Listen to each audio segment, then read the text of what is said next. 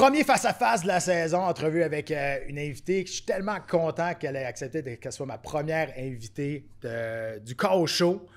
C'est une fille que je respecte énormément. C'est une fille qui a passé à l'histoire dernièrement. Kim Clavel, comment ça va?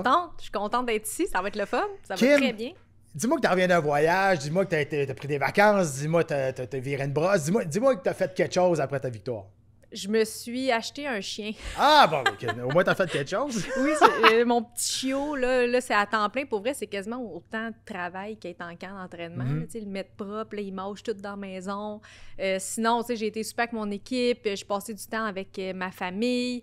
On s'entend en camp d'entraînement, tu sais ce que c'est. Là. J'ai pas le temps de voir mon chum, j'ai pas le temps de voir ma famille. C'est boxe, mange, dodo, entraînement, c'est tout. Fait que là, je profite de la vie un peu, ça fait du bien. Pour ceux qui vivent sur une autre planète, là, pourquoi que je parle de ça, c'est que le 28 septembre dernier, tu es devenue championne de IBF, championne des poids pailles. 27 septembre. 27 septembre, 28, 27. Ouais. Moi, je l'ai su le 28. Ah, Mais peu importe, non, c'est pas drôle.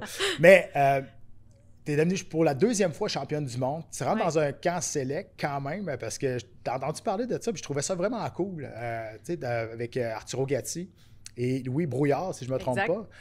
Explique-moi donc un peu, c'est quoi ce groupe select-là? Mais dans le fond, on est 3 maintenant au Québec qui sont devenus champions du monde dans 2 catégories de poids différentes. Fait que la dernière fois, c'était en 2004, c'était Arturo Gatti qui a réussi ça. Puis habituellement, quand tu descends de poids, il n'y a personne qui a jamais eu de succès là-dedans. Okay. Moi, je fais le chemin contraire. Donc, je passe à l'histoire un peu. Ça vient de sceller ma place là, dans l'histoire des boxeurs du Québec. Fait que, tu sais, ça a un certain prestige. Mais, tu sais, pour vrai, moi, cette victoire-là, tu sais, je suis contente, championnat du monde puis tout. Mais ce que je suis encore plus fière, c'est vraiment entre les deux. Tu sais, de ma défaite, crève-cœur, de tout recommencer puis me reconstruire jusqu'à là. Tu sais, c'est vraiment ça pour moi, ma victoire. Là. Ça a été 2 ans quand même difficile d'en revenir. Plus dur physiquement ou mentalement? Les deux. Je te dirais physiquement, mentalement. Tu sais, quand le doute s'installe, je fais ça encore partie de l'élite. J'ai-tu encore ma place là-dedans? Tu sais, il faut tout que tu recommences. C'est tough, tu sais. T'as des petites voix à l'intérieur, puis c'est comme... Le combat, oui. Le combat, je savais que j'avais les habiletés pour battre cette fille-là, mais est-ce que j'ai encore la capacité de battre les petites voix dans ma tête qui disent le contraire? Tu as été championne des Mimouches WBC. Oui. Et là, tu es championne IBF. Des poids pailles. Des poids pailles. Là, il faut que tu m'expliques, ou faut t'expliquer au monde qui écoute, c'est quoi la différence entre ces ceintures-là? IBF, WBO, WBC? C'est quoi? Comment on fait pour démêler tout ça? Dans le fond, dans le boxe, il y a 4 ceintures, les grosses ceintures de championnat du monde, justement, WBC, WBO, IBF et WBA. Fait que il y a 4 champions par catégorie. Puis le but, c'est d'aller unifier les 4 et devenir incontesté, champion unifié de ta catégorie. Tu sais, c'est vraiment ça le grand exploit, le plus grand exploit que tu peux faire dans la boxe, un peu comme Canelo Alvarez a fait, Terence Crawford a fait aussi, plusieurs boxeurs connus. Fait que c'est vraiment comme le but ultime. C'est vraiment dur à aller chercher les 4 ceintures, mais c'est mon objectif d'aller chercher toutes ces ceintures-là à 105 livres. Y en a-tu une qui est plus prestigieuse qu'un autre? Ou... Je dirais qu'elles sont toutes prestigieuses parce que, tu sais, un championnat du monde, ça reste un championnat du monde, mais la plus populaire, c'est la WBC parce que je pense qu'il y a plus de promotion autour de ça. C'est Mauricio Suleiman du Mexique qui est en arrière de ça depuis longtemps. C'est la plus vieille ceinture, en fait. C'est elle qui roule depuis le plus longtemps. Fait que je te dirais que c'est elle la plus prestigieuse, mais elles sont toutes prestigieuses puis ont toutes la même valeur au niveau du championnat, mettons. Tu nommes des noms, t'as l'air quand même assez... Tu connais bien la boxe. Tu suis beaucoup la boxe aussi, en plus de le pratiquer? Ouais. J'aime beaucoup la boxe. J'aime regarder la boxe. Puis, tu sais, des fois, les combats que les gens trouvent plates, moi, je les aime pareil parce que je suis capable d'aller voir, tu sais, la stratégie en arrière de ça, l'aspect technique. Des fois, ils se lancent peut-être moins de coups de poing, mais je suis capable d'aller voir pourquoi il a bougé de cette façon-là, pourquoi il prend son temps, d'aller deviner c'est quoi leur plan de match. Tu sais, j'aime ça, voir tous les aspects de la boxe, pas juste le gros knock-out tout le temps, puis le sang, puis tout ça. Tu sais, au-delà de ça, j'aime la game d'échecs, j'aime la game cérébrale de la boxe. J'adore regarder la boxe. Ça me paraît parce qu'on se rejoint là-dessus, parce que moi, dans mon sport, ça se passe au sol des fois. Puis, des fois, le monde ne comprenne pas. Exact. On a l'intérieur, nous autres, on sait. Là, puis des fois, il y en a un qui est dans les câbles, il se fait frapper, puis on dit pourquoi il ne sort pas de là? te dis qu'il veut sortir de là. Je te confirme, là. OK? Exact. Il veut pas rester là. Ouais. Mais c'est cool que tu suives ça quand même. Parce que moi, je connais beaucoup d'athlètes de sport de combat qui le font, mais que tu lui poses des questions sur l'histoire de la boxe ou d'autres combattants. Ça les intéresse pas tant que ça, là, tu sais. Exact. Puis surtout en ce moment, tu sais, mettons, si je recule, quand je commençais à boxer, j'ai quel âge? J'ai 35, j'ai commencé à 15 ans, fait qu'on s'entend, ça fait quand même 20 ans que je baigne dans ce monde-là. Mais mettons, v'là 20 ans, je voyais pas de femmes à télé, je voyais pas de sport féminin tant que ça. Tu sais, autant dans l'UFC, il y en a beaucoup, là, maintenant, des femmes font des méchants bons shows, puis c'est des combats de qualité. Dans la boxe, au hockey, au soccer, c'est impressionnant. Mais tu sais, là, t'as des exemples de filles qui sont devenues populaires, qui sont bonnes, pas juste parce qu'elles sont belles, sont vues et sont signées parce qu'elles sont bonnes. Tu sais, ça, je trouve ça beau. Aussi, les payes s'améliorent, tout ça. J'aime regarder la boxe féminine. Je trouve qu'il y a beaucoup de techniques. Il y a tellement du volume de coups de poing là-dedans. Puis les filles, c'est des warriors. Des filles vont se battre jusqu'à la dernière minute, jusqu'à la dernière seconde de chaque round. C'est ça que j'aime, tu sais. Je suis content que tu parles de la paye parce qu'on va en reparler tantôt. Mais parce que tu as quand même fait un gros move en t'en allant avec MVP. On va en reparler parce que je veux revenir sur l'aspect du 2 ans que tu as reconstruit. Moi, ce que j'ai remarqué beaucoup avec ton équipe, c'est la relation que tu as avec ton entraîneur. Ouais. Daniel Bouchard, qui je pense qu'il est plus qu'un entraîneur pour toi. Hein? Honnêtement, on dirait que votre relation va au-delà du sport. Oui, c'est vraiment comme une mentor. Tu sais, je me rappelle quand Daniel, je suis rentrée dans sa vie un peu, j'avais 20 ans, 19, 20 ans. Tu sais, j'étais toute jeune, je commençais à faire des camps d'entraînement à Montréal. Moi, je venais de Joliette, puis mon coach à Joliette m'avait comme dit, j'étais devenue championne canadienne, j'avais 18 ans. Il m'a dit, Kim, je pense que je t'ai montré tout ce que je pouvais, là, tu sais. Fait que là, quand j'ai commencé à aller à Montréal faire des petits camps d'entraînement, là, j'ai vu que le monde avait des préparateurs physiques, des nutritionnistes. Moi, je savais même pas que ça existait, là. Je frappais sur des tires autour d'un arbre pour m'entraîner. Tu sais, je pensais qu'il fallait juste courir pour être bon, tu sais. C'était des diètes, je connaissais pas ça. Je faisais juste manger des cannes de thon. Tu sais, j'avais pas de connaissances. Puis quand j'ai vu Daniel, comment qu'elle gérait ses athlètes, comment qu'elle était organisée, comment qu'elle avait une équipe, tu sais, autant physio autour, préparateur physique, nutritionniste, toute l'équipe était là. J'étais comme jaloux, j'étais comme « Hey, moi aussi, je veux vivre ça. » Puis à un moment donné, j'avais été voir Daniel dans un championnat canadien, puis j'avais été dire Madame Bouchard, j'aimerais ça que vous m'entraîniez, j'aimerais ça que vous soyez mon entraîneur. » Fait qu'elle a dit « Ouais, mais on va pas faire ça en cachette, je vais parler à ton coach. » Fait que tu sais, ça s'est vraiment bien fait.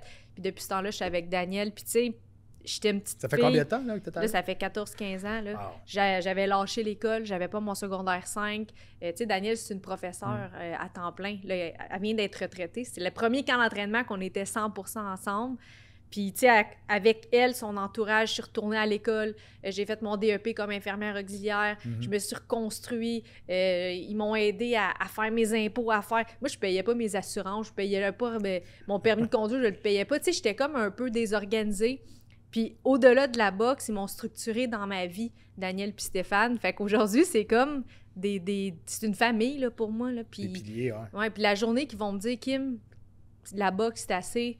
Tu manges trop de coups maintenant, je vais les écouter. Tu sais, c'est la journée qu'un jour, je vais être dans le trouble, dans le ring, puis ils vont lancer la serviette. Oui, je vais être frustrée comme athlète, mais je sais qu'ils vont avoir pris la bonne décision. Tu sais, cette confiance-là de gérer les requins autour, ces affaires-là, je peux lui faire confiance à 100%. Ça fait 14 ans que tu es avec. Tu sais que dans ce sport-là, la fidélité, c'est pas la plus grande qualité des athlètes. Non. Mais je trouve ça beau, pareil, par exemple, 14 ans, puis c'est de même que tu développes justement cette relation-là que tu sais qu'ils vont prendre les meilleures décisions pour toi, parce que tu sais, des athlètes de combat, on ne veut jamais que ça arrête. Non, exactement. On a l'âge qu'on a, puis tu sais, on veut toujours faire un autre combat, mais on ne veut jamais faire le combat de trop. Non. Je sais pas si c'est quelque chose qui te hante. Quoi. Moi, c'est quelque chose qui me hantait depuis le premier jour. Je ne voudrais jamais faire le combat de trop que je ne suis pas supposé faire. Oui, bien, on dirait que le fait de travailler dans la santé, tu sais, je suis consciente un peu des signes et symptômes, tout ça. Puis je leur fais confiance. Mais moi aussi, tu sais, ça reste quand même qu'on est des warriors, les combattants. Jamais... Le fait de dire « prête à mourir dans le ring », c'est quasiment vrai, d'une certaine façon. Tu sais, on va jamais arrêter un combat par nous-mêmes, à moins qu'on soit KO à terre. Tu sais, on a comme cette manière-là de combattre, de se relever, de retourner, de vouloir prouver. Tu sais, ça devient addictif aussi, cette gloire-là, ce feeling-là d'avoir le bras en l'air, puis quand tu gagnes, puis là, tu veux le revivre, mais avant chaque combat, t'es comme, pourquoi je fais ça? J'aurais pu être dans la salle, manger un burger, puis relaxer, puis regarder ça, mais non. Le feeling d'être là, c'est ça, c'est que incroyable. ces sentiments-là, tu peux pas les recréer nulle part ailleurs. Non. Fait que c'est pour ça qu'il y en a, je pense, qui s'accrochent. Il y en a, c'est pour ça qu'ils reviennent, qui sont peut-être pas supposés, parce que cette adrénaline-là... Moi, je tombais en amour cette adrénaline-là en premier, avant de tomber en amour avec le sport. Vraiment. Tu sais, la première combat que j'ai faite, moi, je me suis fait démonter, démolir. Je suis sorti de là, j'ai fait « Hey, c'est ça que je veux faire. Ouais. C'est fucké, pareil. C'est fou, hein, pareil. Ouais. Puis je sais pas, toi, si ça te faisait ça, mettons, tu sais, tes camps d'entraînement ou tes combats. Quand, mettons, je finis, même si je suis devenue championne du monde, après une semaine, quand l'adrénaline descend puis tout, je suis comme 2 semaines, pas en dépression, mais il n'y a personne qui me dit quoi faire. On me disait quoi manger, on me disait comment m'entraîner. Je dormais, j'avais une cédule. Là, j'ai trop de temps, je peux manger ce que je veux. Il n'y a personne qui me dit quoi faire. Là, je deviens nostalgique. Puis là, je deviens à la recherche d'un adrénaline. Fait que je pars en voyage, je m'achète un chien. Tu sais, comme j'ai besoin de vivre quelque chose, un thrill. Je vais te conter quelque chose qui va peut-être t'arriver. Mais moi, quand j'ai pris ma retraite, ma fille venait de naître, elle avait 6 mois. Puis le lundi que j'ai pris ma retraite, puis à un moment donné, je me lève le matin, puis là, le bébé pleure, le chien court dans la maison, puis je suis comme... Man, je suis supposé être au gym, moi. Ça fait 15 ans que j'étais au gym à tous les matins, puis là, je suis chez nous. Puis j'ai eu une petite crise, pour vrai, d'anxiété. OK, qu'est-ce qu'il faut que je fasse? Ben, justement, parce qu'aller rechercher ces feelings-là. Mais je savais que j'avais pris la bonne décision, mais il reste que je comprends exactement ce que tu veux dire. Faut que tu t'habitues à cette vie comme un peu plus normale, là. Mais ça prend du temps, là, tu sais. Oui, parce qu'on s'entend que le sport qu'on fait, c'est pas normal. Là. Non, c'est pas normal, pas en tout. Dans des câbles, puis on se frappe dessus. C'est assez weird. Oui, très weird. Écoute, il faut qu'on parle de ta nouvelle association avec Jake Paul, évidemment. T'es pas à 100% avec eux, si je me trompe pas? Oui, je suis 100% T'es à 100%? avec eux. OK, parfait. Qu'est-ce que ça a changé? OK? Ça a-tu changé? Qu'est-ce que ça a changé au niveau de l'exposure? Ça a-tu changé au niveau de comment ils prennent soin de toi? Ça a-tu changé au niveau monétaire? C'est quoi la grosse machine derrière de ça? Parce qu'on sait que tu l'aimes ou tu l'aimes pas, Jake Paul, c'est des machines de marketing. C'est des machines de marketing, honnêtement. Qu'est-ce que ça t'a apporté plus? Puis pourquoi tu as décidé de signer avec eux autres? Premièrement, c'est Yvon qui m'a envoyé avec eux. C'est mon promoteur, Yvon Michel. J'étais supposée avoir un combat, justement, de championnat du monde. En tout cas, il est arrivé quelque chose et tout. Puis Yvon, il est arrivé, il m'a appelé, dit « Kim, j'ai rentré en contact avec l'équipe de Jake Paul de Most Valuable Promotion. J'ai parlé s'ils étaient intéressés à te signer. Ils sont vraiment intéressés, puis ça faisait longtemps qu'ils t'avaient dans leur mire. Mais eux, les boxeuses et boxeurs qui ont déjà des promoteurs, veulent pas paraître du monde qui vont voler ou essayer de prendre les boxeurs des autres promoteurs. Fait que, tu sais, ils prennent souvent des agents libres ou des trucs comme ça. Puis ils vont... Pas qu'il m'a vendu, là, mais d'une certaine façon, il me dit « Kim, je pense que j'ai tout fait ce que je pouvais. Tu sais, il vieillit, il a les reins moins solides, tu sais, c'est normal. Puis il me dit « Kim, quand le train passe, des fois, il faut sauter dedans. » Puis je pense qu'avec eux, tu vas pouvoir avoir tes gros combats rapidement, puis tout ça. Fait que j'ai eu un meeting quelques jours après la discussion avec eux. Ça m'a vraiment intéressée. 2 semaines après, j'avais le contrat. J'ai signé, j'étais allée les voir à Orlando, rencontrer toute l'équipe, serrer la main à Jake Paul, tout. Fait que, tu sais, dans le fond, je leur appartiens à 100%, mais quand ils font des galas de boxe ici, le gala est promu. Comment on dit ça? Promu, je pense. Par groupe Yvon Michel.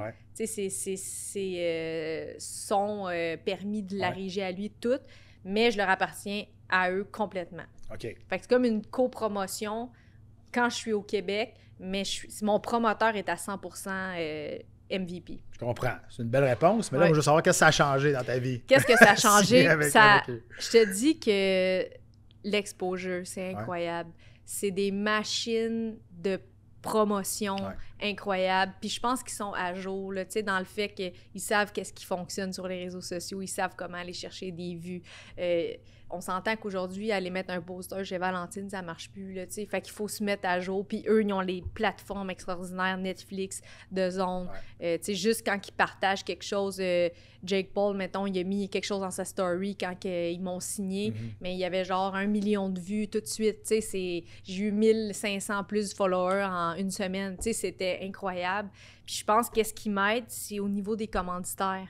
Parce que là, c'est au-delà du Casino de Montréal, mettons que c'est juste régional et tout. Tu sais, c'est dur de sortir de notre petit Québec quand même, là. Mais eux, ils t'offrent cette plateforme-là, ils t'offrent d'être vus partout. Maintenant, après mon championnat du monde, j'ai jamais été aussi populaire que ça. Autant aux États-Unis, partout, là, les gens viennent m'écrire, qui ont vu mon combat, les gens dans la rue. Tu sais, ça a quand même créé un engouement qui était plus grand que ce que j'avais connu avant, là, tu sais. OK. Puis... Je ne veux pas savoir comment tu gagnes, là, mais est-ce qu'il y a un niveau monétaire? Parce que pour moi, c'est super important que les athlètes de sport de combat, moi, je trouve qu'il y en a quelques-uns qui sont très, très, très bien payés. On sait que la boxe féminine a eu beaucoup de difficultés à faire de l'argent à un moment donné. Est-ce que ça a changé quelque chose? Est-ce que ça a amélioré ta qualité de vie au niveau monétaire? Je te dirais au niveau des commanditaires, mais honnêtement, ma plus grosse bourse en carrière, c'est Yvon qui me l'a donné. Okay. Fait que là, c'était mon premier combat avec eux. Tu sais, j'ai pas... Le monde pense qu'on signe avec Jake Paul, t'es millionnaire. Mais tu sais, ils en ont tellement signé, ils ont genre 40 filles de signer, ils peuvent pas lui donner 2 millions chaque, là. Il faut qu'ils sont intelligents, son business. Mais qu'est-ce qui est le fun avec eux, c'est que tu peux monter les échelons. Tu sais, puis qu'ils ont le budget d'organiser des combats, de t'avoir les gros combats rapidement. Tu sais, ils sont en arrière de toi, mais c'est pas nécessairement si payant que ça. Faut que tu deviennes une vedette. Faut que tu génères pour qu'ils te payent. Fait que t'es payé, là, t'as un bon salaire de base, mais eux, c'est des gars de business. Si tu génères pas, tu vas rester sur ce plateau moyen que toutes les filles qui sont signées ont. Mais si tu te mets à générer, à devenir une vedette, à avoir des vues incroyables, là, c'est sûr qu'ils vont te mettre de l'avant puis qu'ils vont te faire monnayer ta carrière, là, tu sais. Ben c'est ça. Justement, tu parlais qu'ils peuvent t'amener à un niveau supérieur, un plus grand amphithéâtre, peu importe. Il y a Léla Baudouin qui va se battre pour bientôt. Là. Le show est à Netflix. C'est gros, à Miami. Une salle de 19 000 personnes. Combat de championnat du monde. Mais est-ce que ça, c'est correct? Mais moi, je veux parler... C'est un 12 rounds de 3 minutes. T'es-tu jalouse un peu? Est-ce que j'aimerais ça, vivre ça. Tu sais, c'est vraiment... En fait, la boxe, c'est 12 rounds de 3 minutes chez les hommes. Fait que c'est sûr que je pense que les filles qui sont en conditions physiques exemplaires, les filles qui sont des cérébrales, qui aiment construire leur combat, sont très avantagées dans un 12 rounds de 3 minutes parce que 10 rounds de 2 minutes, on s'entend que c'est un sprint, c'est 20 minutes, c'est long pour les gens pas en shape, là. Mais tu sais, en général, c'est 2 minutes. Le pace du combat, c'est comme non-stop, là, tu sais. Mais c'est-tu moi ou ben non? J'ai comme l'impression que toutes les boxeuses, ça fait des années qu'ils demandent pourquoi on n'a pas des 3 minutes, nous autres ici, puis qu'il n'y a personne qui les écoute. Oui, je ne sais pas pourquoi. Tu sais, pourtant, c'est pas quelque chose qui coûte cher, là, si je fais juste changer le chronomètre. Mais c'est la WBC refuse encore catégoriquement. Pour eux, les femmes, ça a le plus de risque de faire des commotions cérébrales. Donc, il faut que ça boxe sur du 2 minutes. Mais ça n'a aucun sens. Je pense juste que c'est des associations, certainement, qui sont... Ben, je me demande, ils se basent sur quoi? Des sciences qu'on n'a jamais vraiment lues, là, tu sais, mais ils veulent pas. Ils veulent rien savoir. Puis c'est justement pour ça, tu sais, le combat de Leila Baudouin, Alicia Baumgartner, elle a laissé tomber sa ceinture WBC parce que sinon, le combat aurait pas pu être de 12 rounds de 3 minutes parce qu'ils refusent encore. Il y a les 3 ceintures qui sont en enjeu à part celle-là. Puis moi, je comprends pas parce que, mettons, 10 rounds de 2 minutes, il y a bien plus de coups de poing qui se lancent que 12 rounds de 3 minutes. Parce que tu n'as pas le choix de gérer ton pace un peu différemment. Tu peux pas être non-stop lancé comme une folle pendant 3 minutes, 12 rounds, tu sais. Faudrait que ça change. Puis en plus, toutes les filles, on veut ça. Ben, c'est ça. C'est ça l'affaire. On n'écoute pas les athlètes. Faudrait quasiment qu'on se tienne debout puis qu'on se dise, si c'est pas de 3 minutes, je boxe pas. C'est-tu... Ben, les promoteurs aussi. Les promoteurs aussi. Comme au Québec, la Régie du Québec refuse encore. Tu sais, si on voulait boxer sur du 3 minutes à mon dernier combat, au Québec, c'est pas accepté. Eh bien, ça serait le fun que... Ça serait le fun que ça change, ça coûte rien. Ça, parce que, tu sais, depuis des années, c'est comme une espèce de cause qu'on en jase, puis... Je ne veux pas rentrer dans un débat d'égalité des sexes, mais c'est ça aussi. On va dire le sport, c'est supposé être unifié, puis c'est supposé être toute la même chose. Et là, on n'écoute pas les athlètes féminins pour leurs besoins. Au UFC, c'est le même. C'est 5 minutes, les filles. C'est la même chose. Est-ce qu'ils font 5 rounds aussi? 5 rounds aussi, combat de championnat du monde. C'est la même affaire. La même affaire. Fait que, tu sais, je comprends pas. J'ai aucune idée pourquoi que ça change pas. Bon, on espère que ça va. Le mot va se passer. Ben, le mot, il se passe. Mais au moins, là, c'est une avancée, au moins. Je pense que c'est la première fois que ça arrive. Ça commence de plus en plus à en avoir tranquillement. Puis justement, MVP, ils apportent ça beaucoup. Puis à chaque conférence de presse, ils parlent de ça. Fait que je pense qu'avec leur plateforme, leur notoriété qu'ils sont en train de construire, ça va juste aider la cause. Tu sais, Jake Paul, il est controversé dans ce qu'il fait. C'est un excellent businessman. Là, il va se battre contre John Davis. Un combat qui fait peut-être pas de sens, mais peu importe. Mais au niveau du spectacle, est-ce que ça t'agace? Ou est-ce que le sport de la boxe est rendu au niveau du spectacle comme ça? Il y a un côté de moi, la Kim old school, que la boxe, on est des vrais athlètes, puis le chemin qu'on a fait pour se rendre là. Il y a un côté que oui, ça m'agace, mais ça reste que ce qu'il fait, ça fonctionne. Ouais, qu'on le veuille ou qu'on ne veuille pas, ça fonctionne. Puis, tu sais, des fois, je me pose des questions. Est-ce que je suis jalouse de ce succès-là ou est-ce que je l'envie? Est-ce que, au fond, il faut juste voir ça positif pour ce que ça nous apporte à nous? Tu sais, c'est différent, puis c'est pas grave. Puis je pense que ça fait partie de ça. L'évolution, des fois, ça choque. Mais de manière, tu réalises que... je suis content que tu parles de ça, de l'évolution, parce qu'avant... Tu sais, ces spectacles-là de Jake Paul, Coleman, lui, sa mission, c'était de redonner des notes de noblesse à la boxe, qui est le noble art, là, la boxe. Puis je veux pas dire que la boxe est en train de mourir, mais elle faisait du surplace. Pas à peu près au niveau de l'évolution. Il a comme apporté un air de changement. Puis on s'entend que si Jake boxait contre un whatever, nobody, comme souvent en début de carrière, personne ne regarderait ça. Fait qu'il n'a pas le choix, lui, d'aller chercher ça. Il n'a pas fait ses classes comme tout le monde. Fait que pour aller susciter l'attention, il faut qu'il fasse ça. Tu sais, c'est un gars tellement généreux, pour vrai. Je l'avais déjà rencontré il y a 4-5 ans au camp d'entraînement de Jean-Pascal à Porto Rico. Puis il a construit plein de gyms là-bas, des gyms qui étaient désuets. Ça s'appelle Boxing Bullies. Puis des gyms neufs, il les a rénovés et tout. Fait que tu sais, il donne beaucoup pour le sport, plus que ce que les gens pensent. Puis c'est ça qu'il faut garder de lui. Tu sais, de manière, tu n'as pas le choix de te faire détester si tu veux faire du changement. Quand tu te fais détester, moi, je peux dire bon que c'est bon signe. Exact. Tu fais bouger les choses. Ouais. Écoute, parlant de bouger les choses, on a, oui, le sport de combat qui nous unit, mais on a une autre affaire qui nous unit aussi. Oui. On a fait Big Brother. Oh, oui, on a fait Big Brother. Écoute, ça aussi, c'est tout un combat. Fallait que je te parle de ça. T'as-tu aimé ça?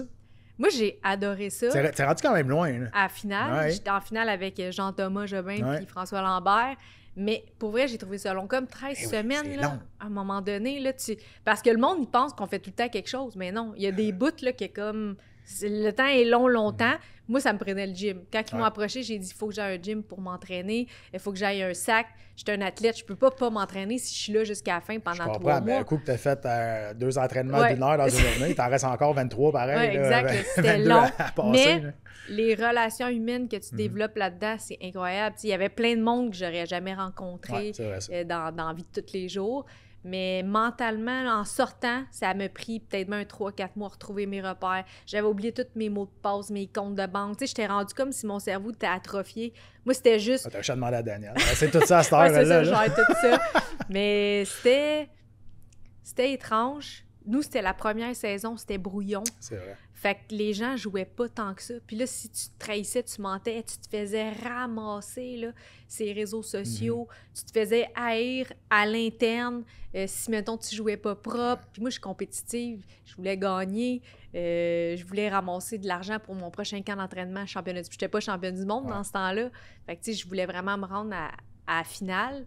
Fait que, tu sais, je me suis pas juste fait des amis, mais je me suis fait beaucoup d'amis. Mais il y a certaines personnes qui ne comprenaient pas encore que c'était un jeu, mettons. Oui, c'est ça.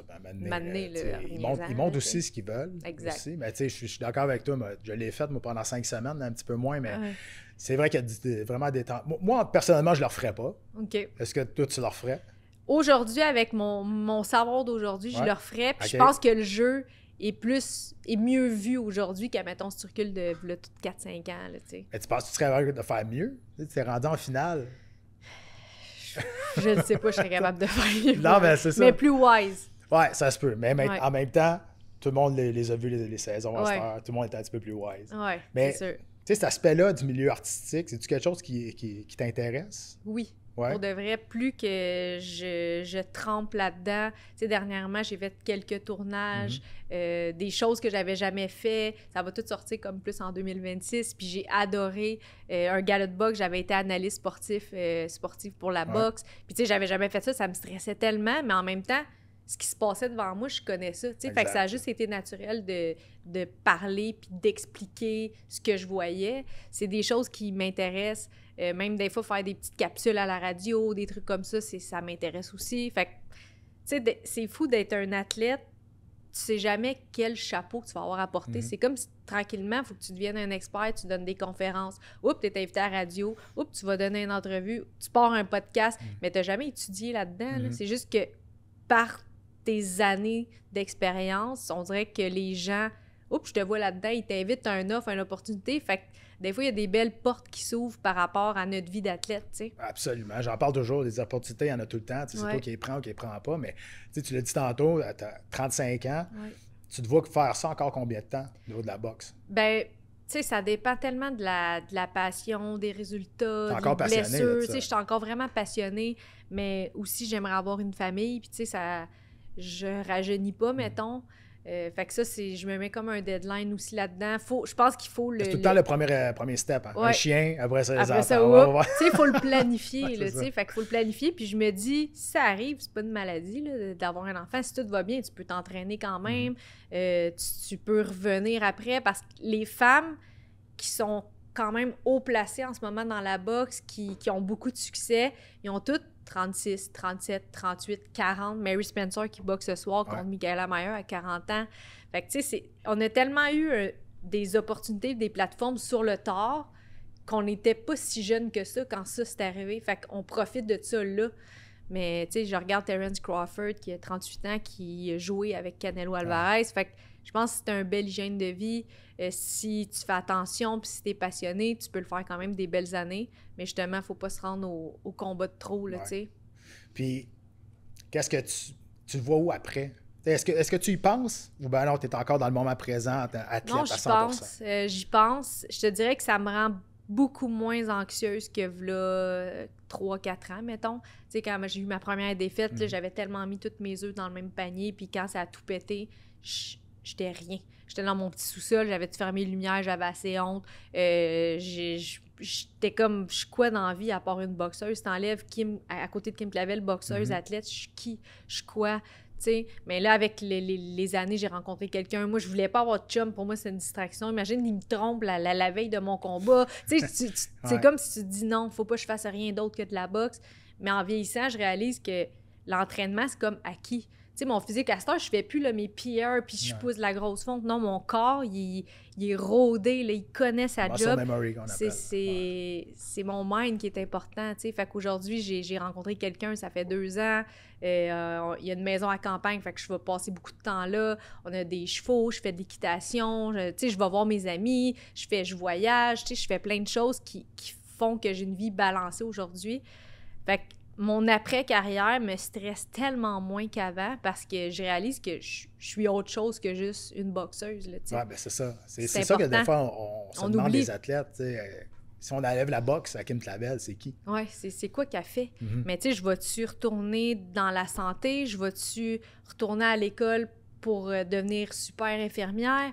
J'ai toujours voulu travailler dans une prison. Je vais-tu aller faire un cours pour être gardienne de prison? Je vais-tu avoir des portes qui vont s'ouvrir puis je vais aller faire analyse sportif? Je vais-tu travailler à la radio? Je ne sais pas qu'est-ce que je vais faire. T'as pas de porte fermée? Non, j'ai pas de porte fermée, mais j'aimerais quand même construire quelque chose au niveau de la boxe, peut-être avec les centres de la DPJ, aider les jeunes, pour pouvoir se défouler, des trucs comme ça, j'aimerais vraiment ça. Et tu fais partie des superstars du sport féminin ici au Québec, au Canada. Au niveau de la boxe féminine, est-ce que tu trouves que vous êtes apprécié à votre juste valeur? Est-ce que tu trouves que vous avez assez de reconnaissance? Surtout là, tu es rentré dans l'histoire, 2 fois championne du monde. C'est énorme ce que tu as fait. Oui. Je dirais que oui. Pour vrai, je suis vraiment chanceuse au niveau de la boxe, au niveau de mes fans au Québec, au niveau des gens.